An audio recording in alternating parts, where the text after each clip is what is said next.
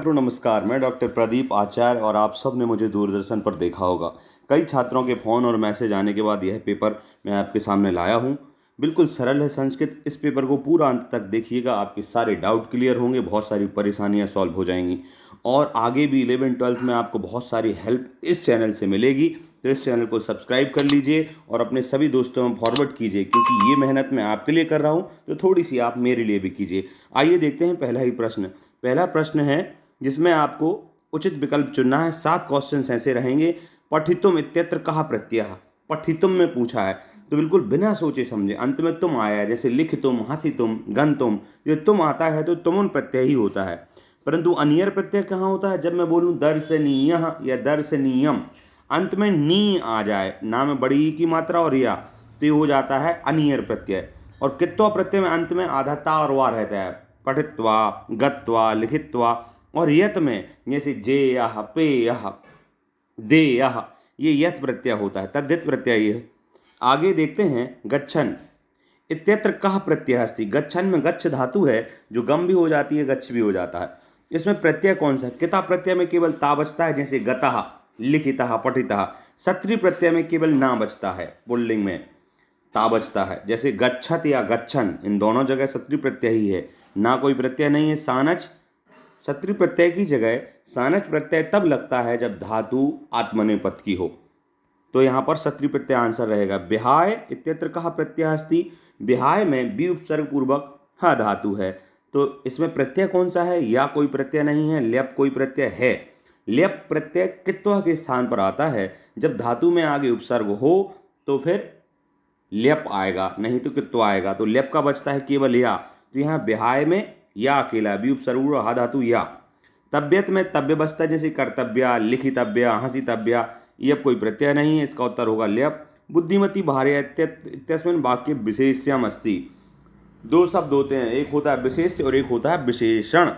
जैसे मैं कहूँ चंद्रमुखी, तो यहाँ पर चंद्रमा की बात नहीं हो रही है, यहाँ पर बात हो रही है मुख की, तो मुख हो गया विशेष्य और चंद्र हो गया उसका विशेषण। अब यहाँ पर विशेष से पूछा है, तो बुद्धिमती भार्या, यहाँ पर भार्या की बात हो रही है और वो भार्या कैसी है? बुद्धिमती है, तो यहाँ पर विशेष भार्या ही है और बुद्धिमती उसका विशेषण है। अगला तो इसका आंसर हो जाएगा विशेष से पहला, भार्या। अगला वायुमंडलम भृशम दूषितम इत्यत्र विशेषणम किम। विशेषण पूछा है। अब यहाँ पर विशेषण और विशेष में अंतर बता चुका हूँ। वायुमंडल की बात हो रही है जो कि कैसा है? दूषित है। कितना दूषित है? तो भृशम मतलब अत्यधिक दूषित है, तो दूषण की विशेषता है कि वो अत्यधिक, तो यहाँ पर उत्तर होगा भृशम। इसमें भृशम ऑप्शन नहीं दिया है, दूसरा ऑप्शन दिया है कोपी नास्ति, अर्थात कोई नहीं, तो उत्तर होगा इसका 2, कोई नहीं। दुर्बलः वृषा इत्यत्र विशेषणम अन्वेष है। ये जो वाक्य है दुर्बलः वृषा, इसमें विशेषण ढूंढना है आपको, तो विशेषण है यहाँ पर दुर्बल और विशेष से है यहाँ पर वृष मतलब बैल, कमजोर बैल, तो विशेषण यहाँ पर हो जाएगा दुर्बल। इसका आंसर 1 रहेगा। अगला प्रश्न, पठित्वा इत्यत्र कहा प्रत्यय अस्ति। पठित्वा इत्यत्र कित्वा प्रत्यय अस्ति। स्पष्ट दिख रहा है, बिल्कुल परेशान होने जैसी कोई बात नहीं है। अगला प्रश्न देखते हैं, अधोलिखितानाम पदानाम पर्याय पदम विलोम पदम व एक शब्देन उत्तरम लिखत।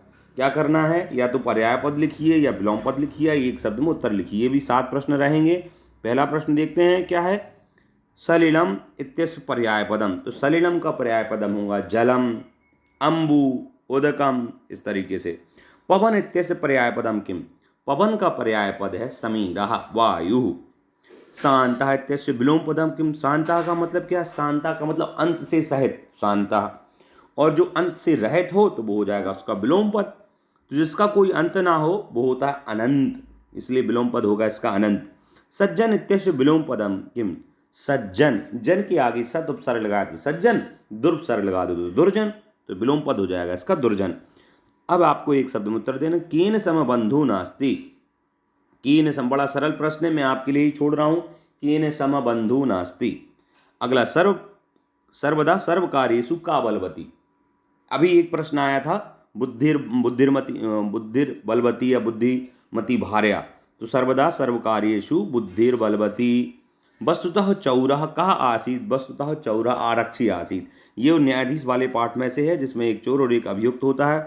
पिता पुत्राय बाल्ये किम इच्छति। पिता जो है पुत्र के लिए बाल्यकाल में क्या इच्छा करता है कि मेरे पुत्र के पास ही, तो पिता पुत्राय बाल्ये विद्याधनम इच्छति। अथवा कृषकः किम करोषि, तो कृषकः बलिवर्दाभ्याम, बैलों से क्षेत्रकर्षणम करोति, इसमें क्षेत्रकर्षण कर रहा था। गुणी किम वेत्ति, गुणी गुणम वेत्ति, ये श्लोक का प्रश्न है। सदा पथ्य कह, यह सदा का पथ्य, प्रश्न थोड़ा अजीब सा है पर बिल्कुल सरल प्रश्न है। व्यायामः सर्वदा पथ्य, कहा आना था। नराणाम प्रथमो शत्रु का, ये श्लोक वाले सुभाषितानी पाठ से प्रश्न है, तो इसका उत्तर होगा क्रोधो ही शत्रु प्रथमो नराणाम। ठीक है, नराणाम में बड़ा रहेगा। अगला प्रश्न देखते हैं। निर्देशानुसारमेव रिक्त स्थानानि पूरयत, जैसे आपको कहा गया है वैसे ही रिक्त स्थानों की पूर्ति करना है। गृहात इत्यत्र का विभक्ति पंचमी या षष्ठी, तो गृहस्य होता तो षष्ठी, गृहात रामात तो यहाँ पंचमी है। इदम वृतांतम निवेदयामि, आपको ध्यान रखना है जब भी किसी से निवेदन कहा जाए, कुछ कहा जाए, तो या तो द्वितीया होती है नॉर्मली कहने में, जैसे मैं उससे कहता हूँ तो इसमें जिससे कहा जाएगा उसमें द्वितीया होगी, परंतु निवेदन किया जाए तो वहाँ चतुर्थी होगी। तो मैं गुरु के लिए निवेदन करता हूँ, तो गुरुवे में चतुर्थी और गुरु में षष्ठी है। आप खुद बताइएगा कौन सा आएगा, गुरुवे आएगा, क्योंकि निवेदन के योग में चतुर्थी विभक्ति होती है। आर्यस्य अखंडिता में बणज्य, आर्यस्य प्रसादात अखंडिता में बणज्य, आर्य के प्रसाद थे, आशीर्वाद से मेरा व्यापार अखंडित है, ऐसा आएगा। कृषकाय, कृषकायः, यहाँ पर कृषकाय नहीं है, कृषकायः शब्द है। कृषकायः अर्थात कमजोर शरीर वाला, खालिस्तान आसीत, अभियुक्ता या नियुक्ता, तो अभियुक्त अर्थात जिस पर आरोप लगाता वह कृषकाय था। अगला वीरः खालिस्तान बालम रक्षति, वीरः खालिस्तान बालम रक्षति, तो वीर जो है वो रक्षा के योग में पंचमी विभक्ति का प्रयोग होता है, ये ध्यान रखना है आपको। जिससे आप डरें, जैसे वो है चोर से डरता है, तो जिससे आप डरते हैं उसमें भी पंचमी आती है, जैसे चोरात विभेति।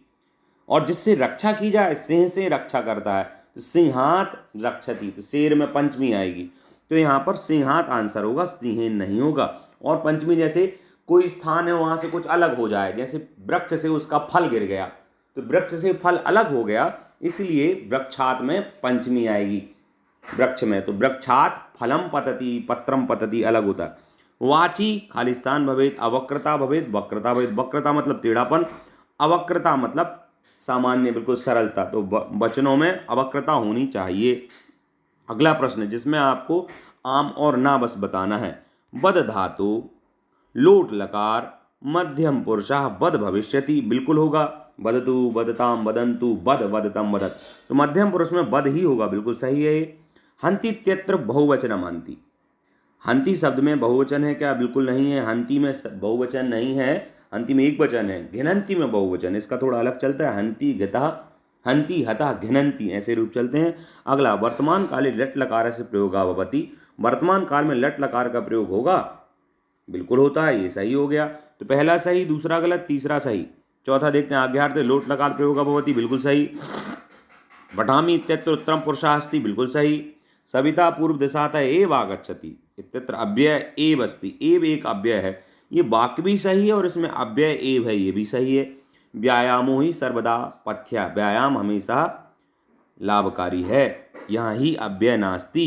प्रश्न देखो क्या पूछा है, यहाँ तक तो बात अलग है, इस वाक्य में ही अव्यय नहीं है, ही है और ये कह रहे हैं वो अव्यय नहीं है, ही एक अव्यय ही है, इसलिए ये वाक्य गलत हो गया। ये सही है, ये गलत है, ये भी सही है, ये भी सही है, ये भी सही है, ये गलत है। अगला प्रश्न देखते हैं जहाँ पर आपको जोड़ियाँ मिलानी हैं, और अभी तक चूंकि 9 मिनट का वीडियो हो गया है, आगे के मैं जो क्वेश्चन आंसर उनका मैं अगले वीडियो में बताने वाला हूँ। चैनल को सब्सक्राइब कर लें, पुनः मिलेंगे 10 मिनट बाद मैं आपको दूसरा वीडियो देने वाला हूँ, इतना देखिए और याद कीजिएगा, पुनः मिलते हैं।